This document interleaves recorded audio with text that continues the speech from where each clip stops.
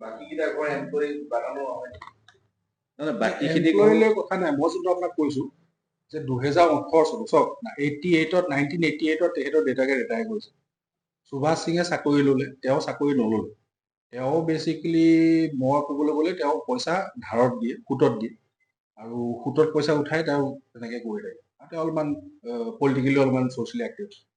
তেওঁৰ কথাটো হৈছে যে তেওঁ 2018 চনত কেছ দিয়া আগতে 2017 চনত আমাৰ তেতিয়া মেনেজাৰ আছিল ৰঞ্জন চক্ৰৱৰ্তী মই আছিলোঁ তুমি আছিলা তেতিয়া তেওঁ আমি এফআইআৰ দিছোঁ 15 ডিচেম্বৰ 2017 তেওঁ আৰু আমাৰ ছাইডত এডোখৰ মাটি আছে যোনডোখৰ আমি এতিয়া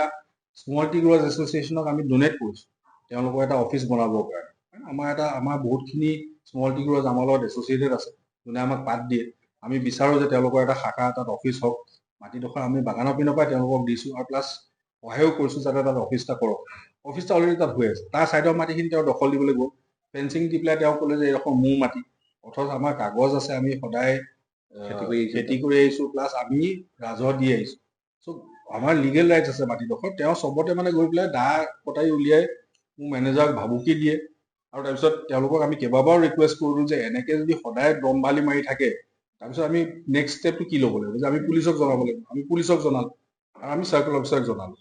পুলিচে এবাৰ দুবাৰ গৈ পেলাই সৰজমিন তদন্ত কৰিলে কিন্তু কথাটো হৈছে যে এজন মানুহ এগেইনষ্ট যেতিয়ালৈকে মানে একদম এটা ষ্টেণ্ডাৰ্ড হেৰি নাথাকে মানে এভিডেঞ্চ নাথাকে তেতিয়ালৈকে তেওঁক এৰেষ্ট কৰিব নোৱাৰে because this is not known bailable offence তেতিয়া আমি সেই থ্ৰেট টু লাইফ বুলি কৰি পেলাই তেতিয়া আমি তেওঁক কৰোঁ যে ঠিক আছে যদি এনেকৈ ছেটেলমেণ্ট কৰিব খোজা নাই তেতিয়া আমি আল্টিমেটলি কোৰ্টত যাব লাগিব সিও উপায়দাং মাৰি ক'লে যে তেখেতে ক'লে যে উপায়দাং মাৰি যে আপুনি যদি কেছ খেলক নহ'লে মই খেলিম আপোনালোকৰ ওপৰত কেছ কাৰণ এইবিলাক চব মাটি হেনো তেওঁলোকৰ মানে যিমান আমাৰ এইখিনি জেগাত মাটি আছে 49 বিঘা গোটেই মাটি হেনো তেওঁলোকৰ আছিলে ককাতাৰ দিনৰ অমুক তমুক হেন তেন ক'লে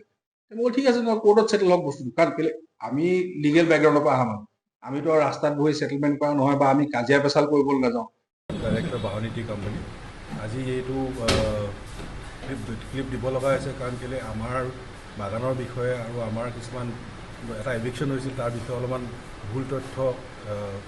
চাৰ্কুলেট কৰা হৈছে এতিয়া অসমৰ বিভিন্ন ৰেভিনিউ বিভাগীয়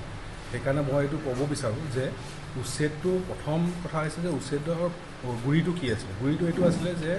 ঘন সিং বোলা যোনজন মানুহ আছিলে তেওঁৰ দেউতাক কৃষ্ণ সিং আমাৰ বাগানত কাম কৰিছিলে আৰু তেওঁ যেতিয়া ৰিটায়াৰ কৰিলে তেতিয়া তেওঁ পুতেক সুভাষ সিঙে তেওঁ চাকৰিটো লয় আৰু ঘন সিঙে চাকৰি নকৰোঁ বুলি কয় আৰু তাৰপিছত তেওঁ সেইটো 1988ৰ কথা 1988ৰ পৰা 2016-17লৈকে তেনেকৈ আছিলে আৰু সেইটো জেগাতে তেওঁ আছিলে কিন্তু 16-17ত তেওঁ আমাৰ বাগানৰ বাকী খালী মাটিত দখল দিবলৈ চেষ্টা কৰি আৰু যোনডোখৰ মাটিত আছে তালৈ কোনোবা গ'লেও দা উলিয়াই আমাৰ মেনেজাৰক দা লৈ খেদিছিলে আৰু ঘৰতো আক্ৰমণ কৰিবলৈ চেষ্টা কৰিছিলে সেইকাৰণে আমি পুলিচত এফআইআৰ এখন দিছিলোঁ 2017ত এফআইআৰ দিয়াৰ পাছতো পুলিচ ইনএকশ্যন হ'ল কাৰণ কেলৈ তেনেকুৱা একো এভিডেঞ্চ নাছিলে বা পুলিচে ক'লে যে আনলেছ কিবা ইনচিডেণ্ট হয় তেতিয়ালৈকেতো আমি একো একশ্যন ল'ব নোৱাৰোঁ মই যিহেতু এটা মানে লিগেল পৰিয়ালৰ পৰা আহোঁ মই ফিল কৰোঁ যে এটা কেছ দিয়াৰ বাহিৰে ইয়াত বেলেগ উপায় নাই কাৰণ কেলৈ লিগেল ছাপৰ্ট ল'বই লাগিব আৰু সেইকাৰণে আমি কৰিলোঁ কি আমি 2018ত এটা কেছ ফাইল কৰিলোঁ চ' কেছৰ গ্ৰাউণ্ড আছিলে এটাই যে সি মাটিডোখৰত ইলিগেলি বহি আছিলে আৰু কোনো মানুহ তেওঁৰ ঘৰত কাম নকৰে আৰু সি যিহেতু এটা নিউচেঞ্চ ক্ৰিয়েট কৰি আছিলে সেইকাৰণে আমি এটা এভিকশ্যন কেছ ফাইল কৰিলোঁ এভিকশ্যন কেছ তেওঁলোকেও খেলিলে তেওঁলোকৰ নিজৰ উকিল আছিলে তেওঁলোকেও কেছটো ফাইট কৰিলে আৰু সদায় উচতনি দি থাকে আৰু 2020ত আল্টিমেটলি ৰায়দান হ'ল এভিকশ্যন অৰ্ডাৰটো ওলালে and it was proven by the court of law that the land belong to us আৰু তেওঁক খালী কৰিবলৈ ডাইৰেকশ্যন দিয়া হ'ল যিহেতু তেওঁ খালী নকৰিলে সেইকাৰণে তেওঁক এই কেছটো এভিকশ্যন কেছ হোৱাৰ পাছত আমি কোৰ্টৰ যোনটো নিয়ম সেই অনুসৰি আমি এক্সিকিউশ্যন অফ এভিকশ্যনক এপ্লাই কৰিব লগা হ'ল কেছ নম্বৰ TEX4/2021 তাৰপিছত সেই কেছটো চলিলে বহুত দিন চলাৰ পাছত মাননীয় কোৰ্টে অৰ্ডাৰ দিলে যে এভিকশ্যন হ'ব লাগে আৰু এভিকশ্যন এক্সিকিউশ্যনৰ কাৰণে তেওঁলোকে 2023ত এটা ৰায়দান দিলে যে এভিকশ্যনটো এক্সিকিউট কৰিব লাগে এতিয়া as per legal process judicial magistrate and his team along with police support আহি পেলাই এভিকশ্যন কৰিবলৈ চেষ্টা কৰিলে that was in 2023 কিন্তু 2023 এভিকশ্যনটো নহ'ল কাৰণ কেলৈ অলপমান পুলিচ ফ'ৰ্চ কম আছিলে আৰু বিকজ অফ চাৰ্টেন আদাৰ কণ্ডিশ্যনছ অলছ' এভিকশ্যন নহ'ল আৰু তেতিয়া এভিকশ্যন পাৰ্টিয়েও তেওঁ কৈ থৈ গ'ল যে এভিকশ্যনটো আল্টিমেটলি হ'বগৈ কাৰণ কেলৈ এক্সিকিউশ্যন অৰ্ডাৰ ওলালে তোমালোকক সময় দিয়া হৈছে, পাৰিলে তোমালোকে খালী কৰিবলৈ বাধ্য হৈ হেণ্ড অভাৰ কৰি দিয়ে, এক্সিকিউশ্যনৰ দৰকাৰটো নপৰে। তেওঁলোকে সেইটো কথা নুশুনিলে। 2024 তেওঁ পৰিবাৰ ববি সিঙে এটা কেছ ফাইল কৰিলে আমাৰ এগেইনষ্টে, আৰু citing medical reasons and citing act of limitation. However সেই case also' was not tenable, did not hold in court, আৰু তেওঁলোকে সেইটো কেছ হাৰিলে। হাৰাৰ পাছত আল্টিমেটলি 2025 আমি এইটো প্ৰচেছ চলি আছিলে, প্ৰত্যেকবাৰে হিয়াৰিং হয়, তেওঁলোকৰ উকিল আহে, আমাৰ উকিল যায়, আৰু এক্সিকিউশ্যন আৰু ইভিকশ্যনৰ কাৰণে আল্টিমেটলি কোৰ্ট জুডিচিয়েল অফিচাৰে এক্সেছিভ ফ'ৰ্চ বিচাৰিলে,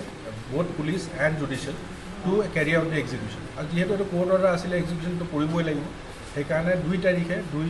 জুলাইত কোৰ্টৰ অৰ্ডাৰ হ'ল যে additional force of judicial officer supply কৰিব লাগে, মানে দিব লাগে for the case from Jorhat court and necessary support from Titabar court, আৰু পুলিচ ছাপৰ্ট এজ ৰিকুৱাৰ্ড। ত' 15জন পুলিচ পাৰ্চনৰ কথা ক'লে, আৰু সেই মৰ্মে SP চাহাবৰ অৰ্ডাৰ আৰু জুডিচিয়েল অফিচাৰৰ অৰ্ডাৰ গোটেইখিনি টীম আহিলে অন 3rd, আৰু এভিকশ্যন প্ৰচেছটো কেৰি আউট কৰা হ'ল। It was carried out as per the ল,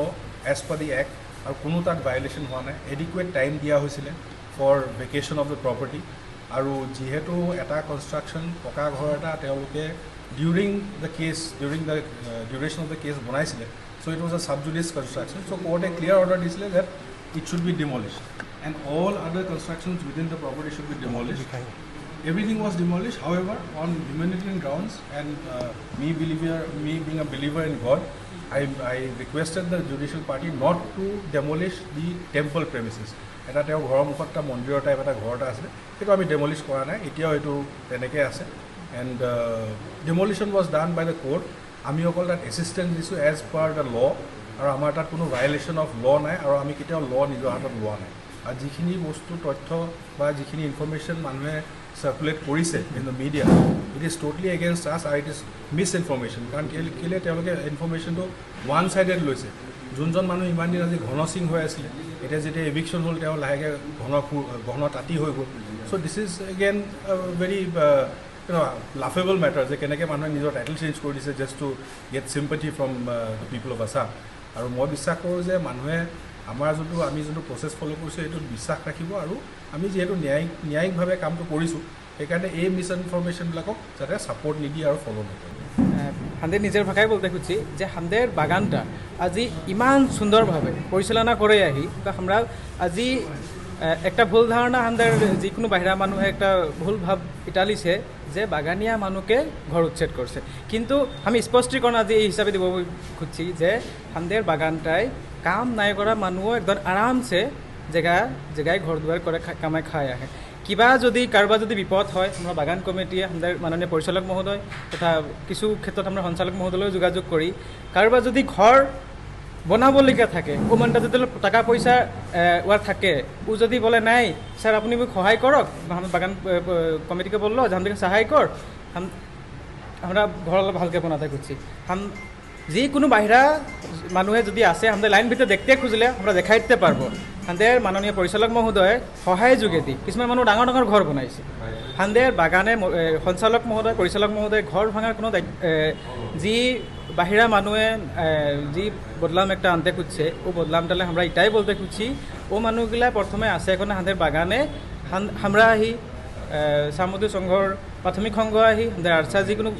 বাকি হান্দের বাগানে দুই একটা আরও সংগঠন আহে হান্দেলকে যোগাযোগ কর, সঁচা কথাটা তোরা বুঝাইলে সঁচা কথাটা বুঝে তার পিছিয়ে তোরা যিকোনো বলবার আহে। আজি দুই একটা কিছুমানের কথার মতে আমরা শুনলি যে ওদেরকে নোটিশ নাই জানা এখানে ঘর উচ্ছেদ করার চেষ্টা করলো, কিন্তু আজি অত যুগ কেসটা চলে থাকে তার উপরি কিছু আগে আমাদের গাড়ি এইখানে যে মানুহগুলা আছে রহে ও গাড়িগুলা কি এনে আছে না সরকারে কি নোটিশ নিদিয়াকে বাকি কাম কাজ নাই করাকে ওদেরকে উচ্ছেদ করতে পারবে নাকি? নাই পারবে। তো আমাদের এটাই আহে ভুল প্রচার করাটা যেহেতু দায়িত্ব বেয়া দায়িত্ব, আর এই ভুল প্রচারে আজি আমাদের বাগানটার বিপদ মাতে আনছে। আজি ও বাগানটা ইমান সুন্দরভাবে চলে আহে, ও বাগানটার আজি বদনাম আনছে। বদনাম আনার লগে লগে আমাদের যেগুলা মানুষ আহে কাম করা মানুষ আহে প্রত্যেকের মনে একটা বেয়া ভাব হয়েছে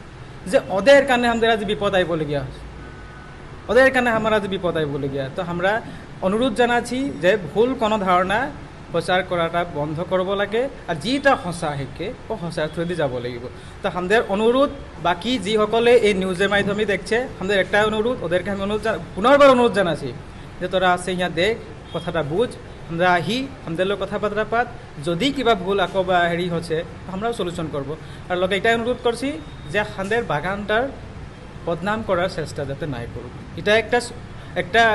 কানুনী কার্যের মধ্যে কানুনী কার্য করেছে আমাদের বাগানের লগে কোনো এটা আলোচনা নাই